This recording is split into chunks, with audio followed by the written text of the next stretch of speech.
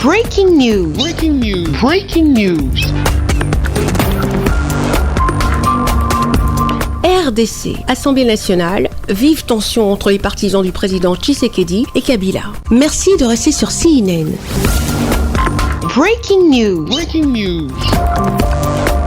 La police est déployée mardi au siège du Parlement, qui siège depuis 2 jours. Une bataille rangée entre les partisans du président Félix Tshisekedi et ceux de la majorité parlementaire fidèle à l'ancien président Joseph Kabila. Au moins 3 personnes ont été blessées à des degrés divers dans des affrontements entre les 2 camps.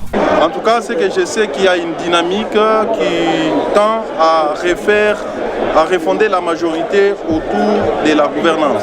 Nous avons été surpris, quelques heures après, qu'une plénière convoquée, nous ne savons pas personne, qui se tient, où on désigne les députés les plus âgés et 2 députés les moins âgés pour pouvoir conduire les plénières de l'Assemblée nationale. C'est donc un coup d'État parlementaire que nous venons de vivre. Faisons appel à la communauté nationale et internationale pour qu'il constate qu'une nouvelle dictature s'installe dans notre pays, plus féroce que celle de Maréchal Mobutu, et qu'il faille qu'on agisse. Le plus grand pays d'Afrique subsaharienne, la République démocratique du Congo, s'enfonce dans une crise au sommet de l'État depuis que le chef de l'État, son Excellence Félix Tshisekedi, a annoncé la fin de la coalition au pouvoir qu'il formait avec la majorité parlementaire pro-Joseph Kabila. Le chef de l'État, Félix Tshisekedi, a annoncé qu'il allait désigner une personnalité, un informateur, pour identifier une nouvelle majorité et qu'il se réservait le droit de dissoudre la Chambre basse s'il ne la trouvait pas. Le FCC, rassemblement des partis pro-Kabila, a dénoncé une violation de la Constitution, revendiquant une majorité de 338 députés sur 500 à l'issue des élections de décembre 2018. Merci d'être sur CNN, la télévision autrement. Les programmes se poursuivent. Retrouvez en ligne toute l'info en continu sur C-Web Info, 100% info, non-stop.